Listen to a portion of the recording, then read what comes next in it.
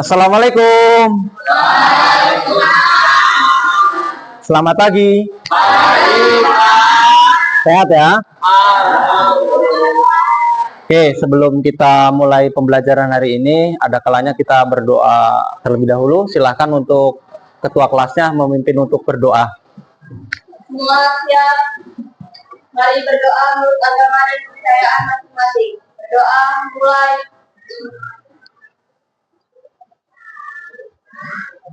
Berdoa selesai. Beri salam kepada Pak Guru. Assalamualaikum warahmatullahi wabarakatuh. Waalaikumsalam warahmatullahi wabarakatuh. Ya, selamat pagi. Pagi, Pak. Ya, untuk hari ini kita lanjutkan pembelajaran yang kemarin. Nah, sebelum kita mulai, saya absen terlebih dahulu. Ada nggak hari ini yang nggak masuk? Ada. Siapa, nak? Aldo. Keterangannya apa, nak? Sakit ya. Aldo. Kemudian siapa lagi? Indah. Izin atau kayak mana? Dispen. Ada kegiatan di luar dari sekolah? Di luar. Ya, masa kegiatan di kelas gitu. Oke ya. Berarti cuma 2 orang. Oke, ya udah. Viola. Wah, berarti sakit. Oke. Yang lainnya masuk? Masuk. Oke. Oke, selanjutnya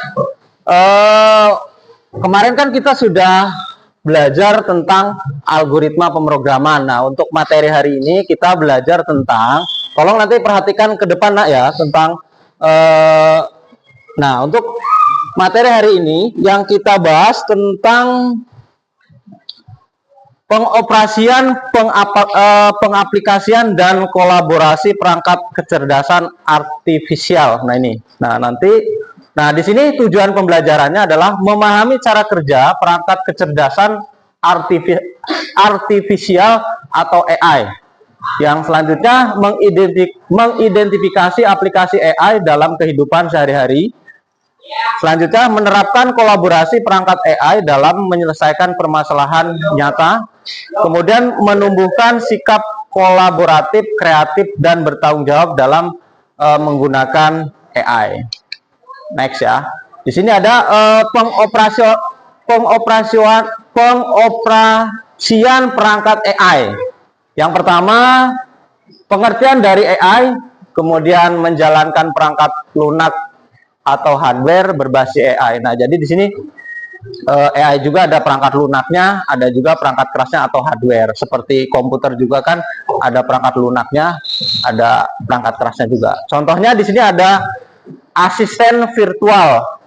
Di dalamnya ada Sri, Google Assistant, kemudian ada robotika, kemudian kecerdasan, kemudian ada sistem rekomendasi Netflix. Selanjutnya ada juga konsep dasar input, proses, output, belajar dari data machine learning. Nah, ini untuk pengoperasiannya. Kemudian di sini ada selanjutnya pengaplikasian perangkat AI. Nah, jadi nanti Bapak nanti akan menunjukkan cara kerjanya, nanti aplikasinya udah jadi. Nah, nanti kamu tinggal mengoperasikan saja cara kerjanya. Mengoperasikan saja tanpa kamu membuat. Tapi nanti pertemuan yang akan datang, nanti Anda akan membuat dari awal sampai selesai menjadi suatu aplikasi. Nah, di sini bidang-bidang yang menggunakan AI. Salah satunya ada di bidang kesehatan. Nah, di sini diagnosa otomatis analisis citra medis. Jadi di bidang kesehatan ternyata AI juga sangat membantu. Contohnya membantu dokter menganalisa suatu penyakit. Nah, jadi bisa didiagnosa gitu. Jadi membantu juga AI ini dalam mengidentifikasi suatu penyakit yang diderita oleh pasien, biasanya seperti itu. Kemudian di dunia pendidikan ada aplikasi belajar adaptif. Nah, biasanya kita menggunakan seperti Google Classroom. Kemudian kalau kamu belajar, biasanya kalau ada tugas bahasa Inggris, misalnya menerjemahkan dari bahasa Inggris ke bahasa Indonesia, biasanya menggunakan Google Translate, biasanya seperti itu. Kemudian yang ketiga ini Untuk bisnis, di sini ada chatbot. Biasanya chatbot itu seperti WhatsApp, seperti kayak gitu. Kemudian ada juga di transportasi ini ada namanya mobil otonom. Ada yang tahu mobil otonom? Yang ada itu udah di Jepang kalau nggak salah. Jadi mobil otonom itu mobil tanpa ada supirnya. Jadi dikendalikan dari jarak jauh. Tapi dia yang saya herankan rutenya itu bisa mengikuti gitu berdasarkan mungkin yang sudah diaplikasikan ke dalam mobil tersebut. Wayahnya dia berhenti ya berhenti, waktu jalannya jalan. Dan kalau yang robotik ini, mohon maaf yang mobil pakai mobil otonom ini dia akan taat lalu lintas, nggak seperti manusia malahan. Kalau manusia itu ada lampu merah kadang kan terjang aja. Tapi kalau ini enggak, dia lebih apa ya, lebih tertib malahan. Jadi sekarang itu teknologi memang sangat membantu dari manusianya sendiri. Selanjutnya di sini ada pertanian. Nah, pertanian juga di sini deteksi penyakit tanaman dengan kamera AI. Contohnya gini, sekarang saya juga kan seorang petani. Jadi sekarang itu banyak petani-petani yang gagal tanam. Biasanya baru tanam seminggu kemudian padinya mati, kuning-kuning biasanya daunnya. Jadi AI itu misalnya dipoto nih tanamannya gitu ya, dipoto kemudian dimasukkan ke dalam AI, dia akan mendeteksi oh ini penyakitnya kena asem-aseman biasanya. Ya benar itu. Atau kena apa ya penyakit yang lain misalnya daunnya kena penyakit ulat dan lain-lain biasanya seperti itu, atau kena wereng biasa. Jadi AI ini juga bisa mendeteksi dari maksudnya penyakit yang diderita oleh tanaman ya. Jadi memang sangat membantu. Selanjutnya next di sini kolaborasi perangkat AI. Nah, pertama di sini pengertian kolaborasi AI. Integrasi perangkat AI untuk menyelesaikan tugas kompleks. Contohnya ada smart home. Ada yang tahu smart home itu apa? Home itu rumah. Iya, rumah pintar. Jadi rumah itu sudah dikendalikan biasanya oleh apa ya? Sistem. Pintunya aja kalau nggak dipakai jempol tangan kita, kadang kan nggak buka. Kadang kan kalau mobil itu biasanya kalau dipegang suka apa bunyi sendiri ya alarmnya. Jadi rumah juga udah ada yang seperti ini, udah di apa ya, udah di sistem jaringannya yang bisa membuat aman rumah tersebut. Ada kamera CCTV dan lain-lain. Jadi menghindari hal-hal yang memang tidak diinginkan oleh pemiliknya. Ini smart home. Kemudian ada sensor suhu. Kemarin kan ada waktu kita ada COVID ya, kan itu ada yang dicek suhunya pakai apa. Nah, itu jadi kalau suhunya lebih dari 36 derajat berarti dia indikasinya mungkin terinfeksi. Nah, ini untuk suhu, sensor suhu. Kemudian ada kamera keamanan ini. Kamera keamanan ini seperti ya CCTV. Jadi sekarang banyak CCTV itu yang mengungkap kejahatan.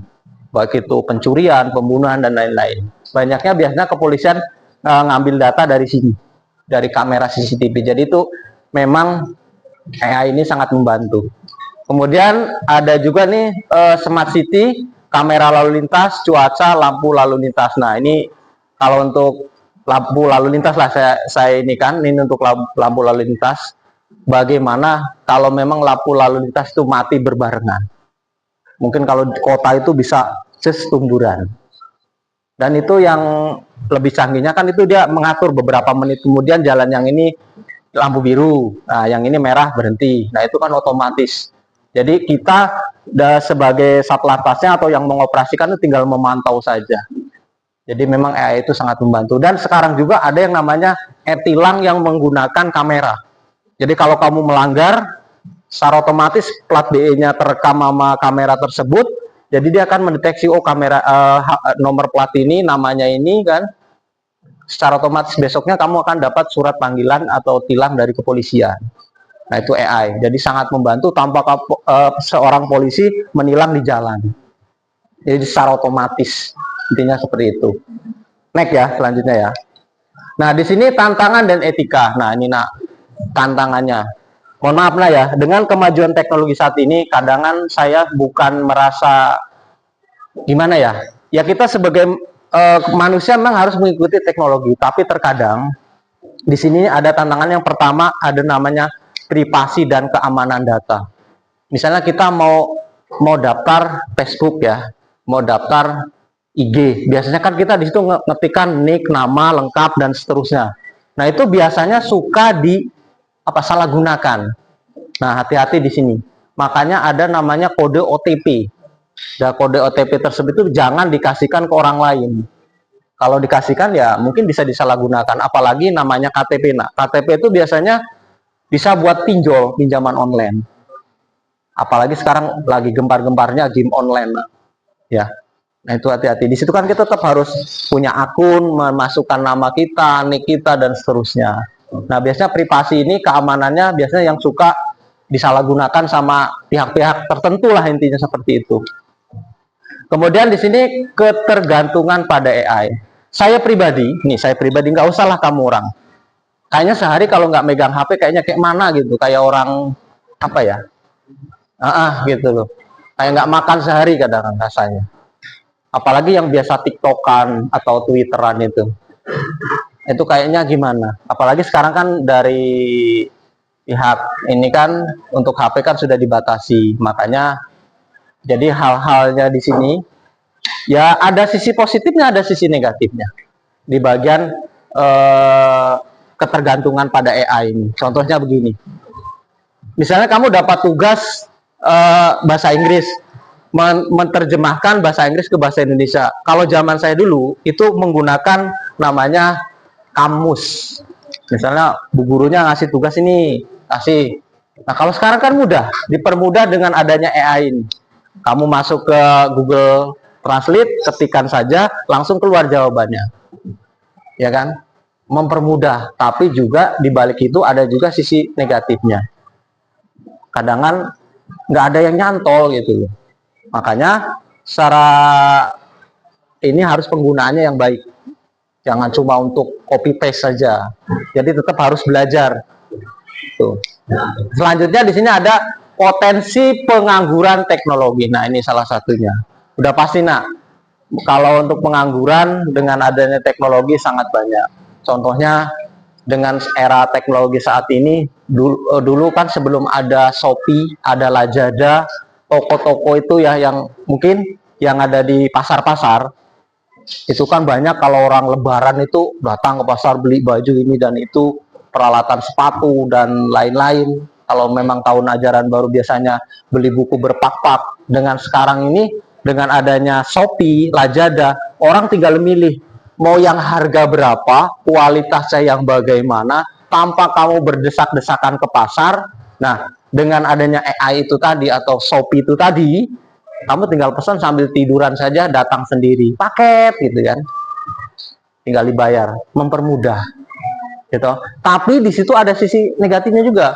Jadi kita nggak ada interaksi sesama pengunjung, antara pedagang sama pembeli.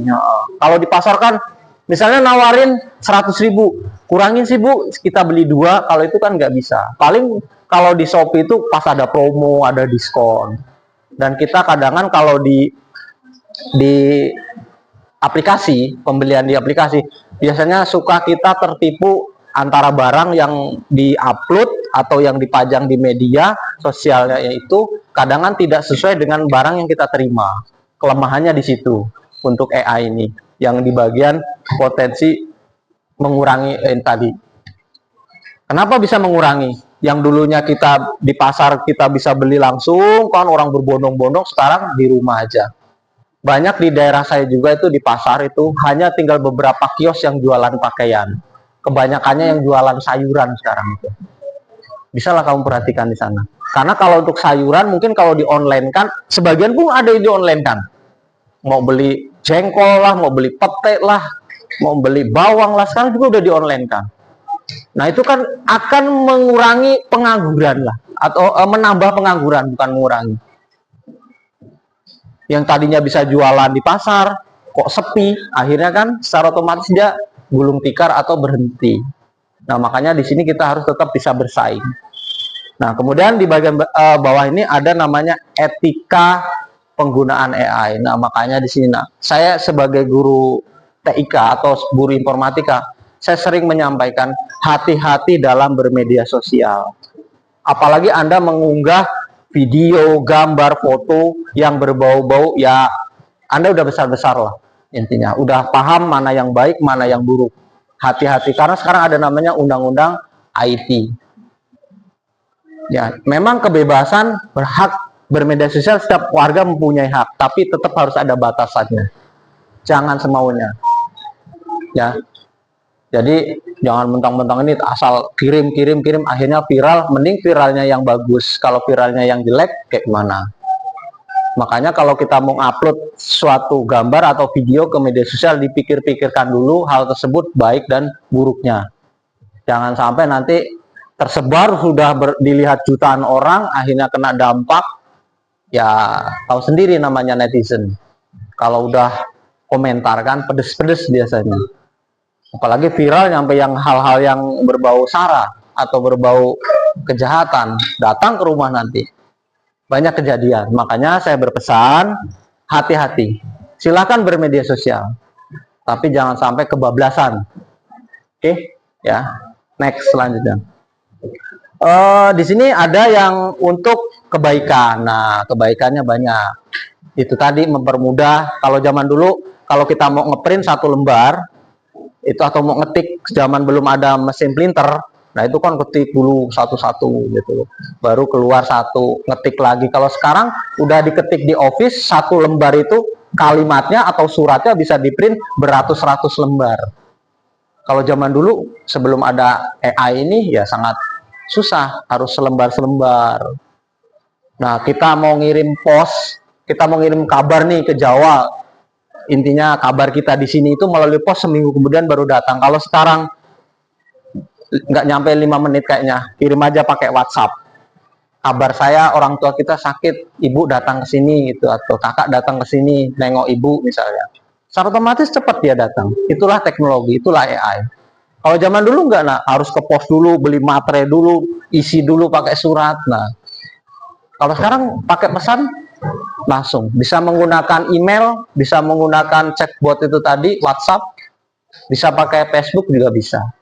Tergantung Anda on-nya waktu itu orang itu pakainya apa. Tapi sekarang yang lagi tren kan pakai WhatsApp.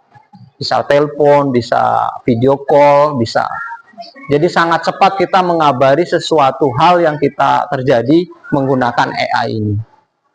Nah, itu untuk kebaikan. Misalnya kayak tadi ini ada siswa sini yang jatuh kan di depan rumah Pak Kukuh itu tadi kan. Otomatis dari Pak Kukuh menyampaikan ke pihak sekolahan, oh siswa atas nama ini jatuh di sini, kan cepat dia, cepat ditangani. Nah, itu kelebihan dari AI untuk kebaikan. Kemudian di sini ada hindari dari diskriminalisasi algoritma, kemudian ada juga transportasi dan keadilan. Nah, transportasi ya sangat jelas. Nah, sekarang tuh banyak teknologi yang menggunakan transportasi. Nah, jadi teknologi itu kan misalnya gini, kenapa kok pesawat terbang itu bisa sumburan? Padahal di sana itu luas. Kenapa?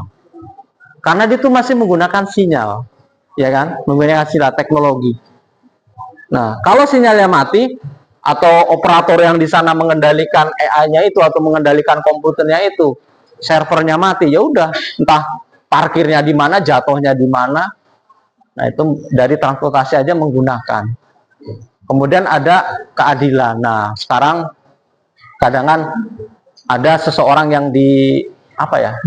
Nah, di sini nanti membuat aplikasi sederhana menggunakan C++ atau menggunakan Python. Diskusikan, diaplikasikan AI baru yang bermanfaat. Nah, nanti di sini bisa dari sana mencoba. Nah, di sini Bapak sudah membuat aplikasinya untuk ininya. Bentar ya, dicari dulu. Kita akan menggunakan aplikasi C++. Nah, ini atau sabar. Nah, open. Nah, di sini saya akan menggunakan oke. Nah, Di sini aplikasi ya.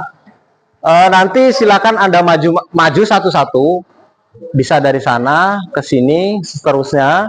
Cara mengoperasikan. Nah, mengoperasikan program aplikasi C++ ini. Nah, salah satunya ini. Nah, di sini saya membuat program tiket kapal laut. Nah, di sini ada beberapa, maksudnya jenjang atau kelas. Pertama di sini ada kelas ekonomi, bisnis, dan VIP dengan harga tertentu. Kalau kelas ekonomi di sini ada harganya 100.000, bisnis 200, dan VIP 350.000. Kalau VIP itu udah kelas yang sangat bagus lah intinya. Nah nanti kalau Anda sudah klik seperti ini, silakan Anda klik bagian ini di sini. Perhatikan ya, ini namanya run atau bisa menggunakan pakai keyboard menggunakan F10. Klik saja bisalah. Nah, di sini akan tampilnya seperti ini aplikasinya. Nah, di sini Anda nanti tinggal menginputkan kode kelas yang Anda inginkan. Misalnya di sini Anda pesan tiket dari kelasnya yang bisnis. Di sini kan kodenya 2. Nah, Anda silakan tinggal klik aja 2. Nah, kemudian di enter. Nah, maka di sini tujuannya mau kemana? Di sini ada contoh tujuannya, ada Surabaya, Makassar, Bakauheni, kemudian Bali. Terserah Anda mau kemana. Misalnya tujuannya Anda mau ke Bali, misalnya ketik aja Bali. Nah, kemudian di enter. Nah, di sini disuruh nanti program ini menginputkan berapa jumlah tiket yang Anda beli. Misalnya Anda mau berangkat 3 orang. Nah, belinya berarti di sini harus kita ketikkan angka 3. Lanjutnya naik. Nah, di sini akan totalnya akan muncul. Nah, di sini kelasnya kelas bisnis, kemudian tujuannya Bali, jumlah tiketnya 3, harga per tiketnya itu 200.000. Jadi kalau 3 orang itu 600. Nah, karena dia lebih, nggak ada PPN-nya ini, karena tiketnya ada diskon. Jadi jumlahnya di sini dengan PPN 60.000 ya. Jadi totalnya jadi 660.000 yang dibayarkan, yang harus kita bayar. Sangat mudah. Kalau sudah, nanti tinggal di print atau kita cetak. Nah, itu udah jadi salah satu aplikasi. Silakan bisa dicoba dari sana. Ya, monggo. Kan ini cara mengoperasikannya. Oke, Bapak perhatiin dari sini. Pegang Mas Hasan. Nggak apa-apa, maju ke depan. Maju. Nanti saya tunjukkan. Arahkan mouse-nya ya. Nah, ini kan cara mengoperasikan dari suatu aplikasi. Nggak apa-apa duduk. Ya duduk aja, duduk. Duduk. Nah ini. Nah, klik run. Oke, silakan masukkan kodenya. Angka, misalnya pilih kode VIP ya 3. Enter. Kemudian jurusan kemana ini? Boleh ke Bali, boleh. Oke, enter. Kemudian masukkan jumlah tiket yang mau dibeli 4. Oke, kan jumlahnya ada ya, totalnya ya. Jurusannya Bali, kemudian VIP, total uangnya berapa? Oke, silakan di close. Selanjutnya, oke.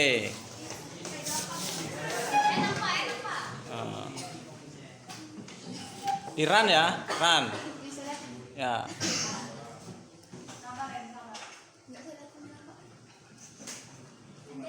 Oke, ya, masukkan kelasnya, bisa ekonomi, bisa bisnis. Nah.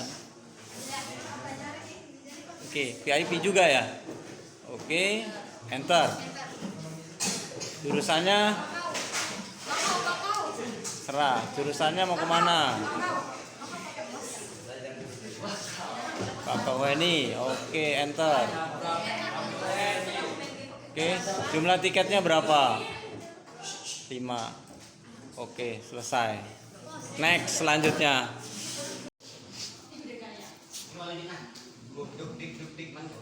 Ayo. Terus kodenya berapa? Operasikannya 7. Aduh. Oke, ya. Di close dulu, di close. Tanda silang itu diklik. Ya, selanjutnya siapa yang maju? Silakan. Nah. Gantian ya, supaya bisa semua. Nah, oke. Ya. Kalau buat ya. Ya, masukkan kodenya berapa? 3, berarti kelas VIP. Oke, enter jumlah tiketnya. Tujuannya kemana? Surabaya. Oke, Surabaya, enter. Nah, kemudian jumlah tiketnya yang dibeli berapa? 5. 5. Oke, 5 ya.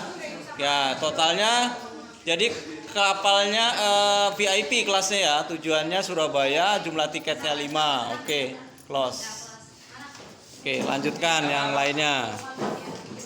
Nah, oke, kalau nyambung ya minggu depan kita lanjutkan lagi materinya. Nah, untuk minggu depan kita langsung ke, jadi nanti di sini kan udah jadi nih. Nah, nanti besok sintaknya kamu tinggal langsung praktek membuat sendiri. Nah, kalau sekarang kan cuma menjalankan.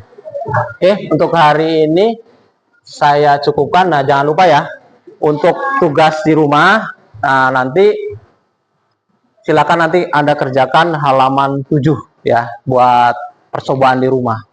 Seperti apa cara kerja aplikasi ini ya. Oke, untuk hari ini saya cukupkan. Silakan untuk ketua kelas memimpin doa. Lah, Dik. Semuanya, mari berdoa betapa dan kepercayaan masing-masing. Berdoa mulai. Berdoa selesai. Beri salam kepada Pak Guru. Assalamualaikum warahmatullahi wabarakatuh. Waalaikumsalam warahmatullahi wabarakatuh. Oke ya, silakan bisa